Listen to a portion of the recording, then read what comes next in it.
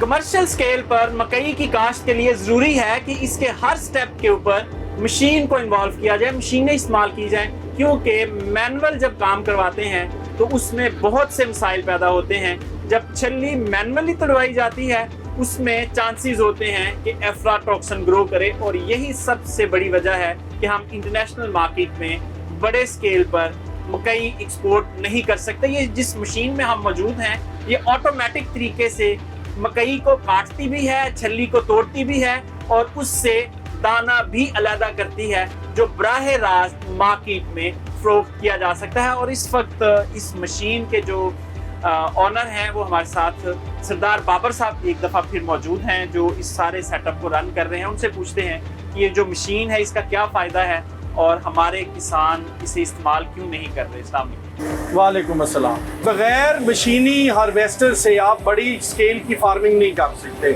क्योंकि ये मशीन जो है ये ऑलमोस्ट आप कह सकते हैं डेली का 30 एकड़ 35 एकड़ काट सकती है, और इसके रिजल्ट्स आपके सामने है। बेहतरीन किस्म की हार्वेस्टिंग करती है, ज़ाया बिल्कुल काम नहीं करती, और ज़बरदस्त इसकी प्रोडक्शन है।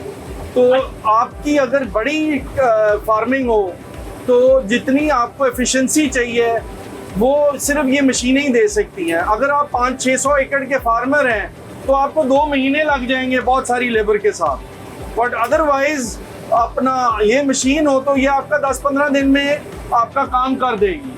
अच्छा, ये बताएं कि अगर मैनुअल हार्वेस्टिंग करवाएं तो उस पर कितना खर्चा आता है, और अगर मशीन से हम करवाएं उससे कितना खर्चा आता है? यानी किसान के ऊपर बहुत ज्यादा बोझ तो नहीं है ये मशीन?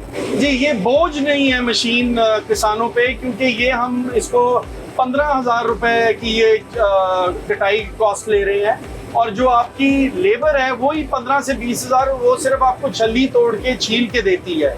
उसके बाद फिर आपने अपना डीजल और अपना आपने थ्रेशर चलाना है, ट्रैक्टर चलाना है, उसकी कॉस्ट अगर आप सारा कुछ लगाएं तो ये 25,000 रुपए फार्मर को पड़ती है, और वो अपने तुक्के भी बेच दे जो 5-6 हज़ार की बिकते हैं, फिर भी ये 18,000 रुपए फार्मर को हार्वेस्टिंग पड़ती है, और ये आपको 14-15 हज़ार रुपए में आपकी बेहतरीन हार्वेस्ट कर सकती है।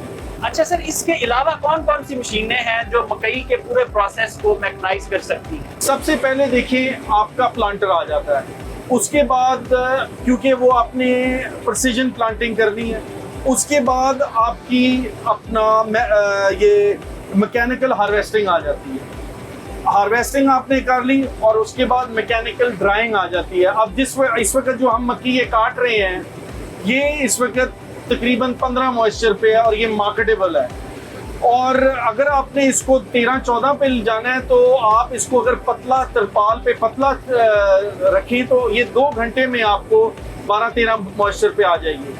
मगर इससे ज़्यादा अगर मक्की आपकी गीली है तो आपको ड्रायर्स की ज़रूरत है, और वो ड्रायर्स जो हैं वो आपको छोटे फॉर्म में फार्म साइज़ के भी मिल सकते हैं।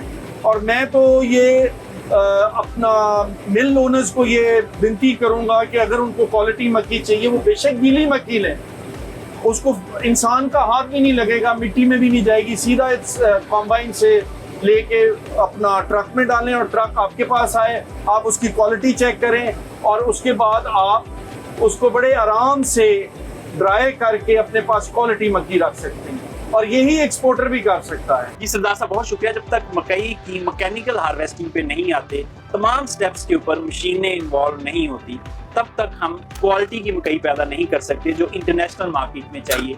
यानी अगर एक्सपोर्ट करनी है मकई लार्ज स्केल पे तो फिर हमें मशीनों का सहारा लेना पड़ेगा।